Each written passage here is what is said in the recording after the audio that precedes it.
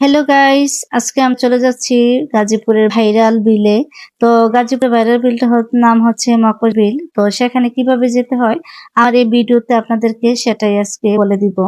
ঢাকা থেকে বা সাভার থেকে যদি যেতে চান তাহলে আপনাদের প্রথমে আসতে হবে চন্দ্রা ফ্লাইওভারের কাছে। তো ফ্লাইওভারের নিচ থেকে আপনাদেরকে একটা অটো ভাড়া বা সিএনজি ভাড়া করে নিতে হবে, যেটা দিয়ে আপনারা চলে যেতে পারেন সেই ভাইরাল বিলে, যেটার নাম হচ্ছে মকর বিল। তো আমরা কিন্তু চলে এসেছি সেখানে। তো এখানে এসে দেখি এখানে খুব সুন্দর সুন্দর ভাসমান অনেকগুলা রেস্টুরেন্ট আছে। তার মধ্যে একটা রেস্টুরেন্টে আমরা প্রথমে প্রবেশ করেছি, যেখানে আমরা একটু রেস্টে থাকবো, যেহেতু অনেক দূর থেকে আমরা এসেছি।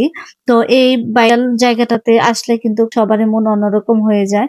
আর সবচেয়ে বড় আকর্ষণ হচ্ছে ভাসমান রেস্টুরেন্ট গুলা দেখতে কি সুন্দর, সেটা আপনারা যদি সামনাসামনি না দেখেন তাহলে আপনারা বুঝতেই পারবেন না। খুবই আকর্ষণীয় একটি জায়গা। আর এখানে মেইন আকর্ষণ হচ্ছে এই বিলের মাঝখানে মনপুরা দ্বীপ, যেটা মানুষের মনকে খুব সুন্দরভাবে আকৃষ্ট করেছে। আর এখানে এসে আমরা প্রথমে একটা পিজ্জা অর্ডার করে নিয়েছি আমার মেয়ের জন্য, সে খাবে। আর এই রেস্টুরেন্টটা আমরা একটু খুব সুন্দর করে ঘুরে দেখছি, আসলে খুবই সুন্দর। তারপর আমরা এখান থেকে একটা গিয়ে নৌকা ভাড়া করে নিলাম। আর এই নৌকাটা এখানে ট্রলার বা নৌকা ভাড়া করা যায়। তো ট্রলার যদি নেন ১ ঘন্টার জন্য ১৩০০ টাকা, আর নৌকা নিলে আপনারা ২ ঘন্টার জন্য ৬০০-৭০০ টাকা নিতে পারে।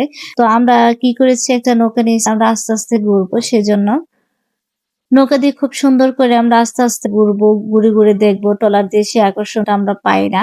আর এখানে এক ভাই মাছ ধরতেছে ম্যাজিক জাল দিয়ে।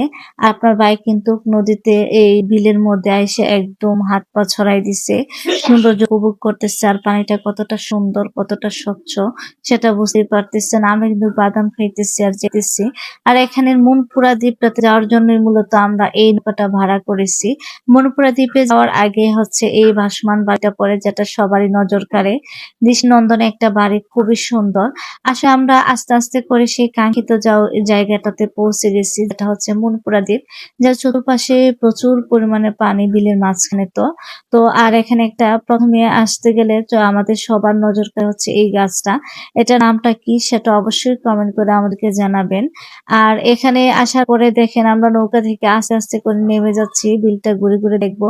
যেহেতু আমরা নির্দিষ্ট সময়ের জন্য এসেছি, সেজন্য আমরা কি করতে হবে, খুবই দ্রুতভাবে আমরা এটা দেখবো। আর এতটা সুন্দর জায়গা, যেখানে গেলে আপনার একটু মন চাইবে না যে আসি। আমার মেয়ে কিন্তু নাচানাচি করতেছে, দেখতেছে।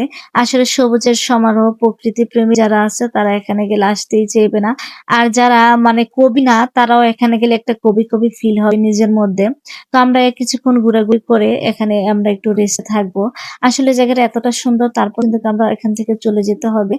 আর চলে যাওয়ার আগে আপনাদেরকে আমি বলতে চাই, আপনারা একবার হলো এখানে এসে ঘুরে দেখে যাবেন এই বিলটা। এই বিলটা এতটাই সুন্দর, আর দ্বীপটা কিন্তু আরো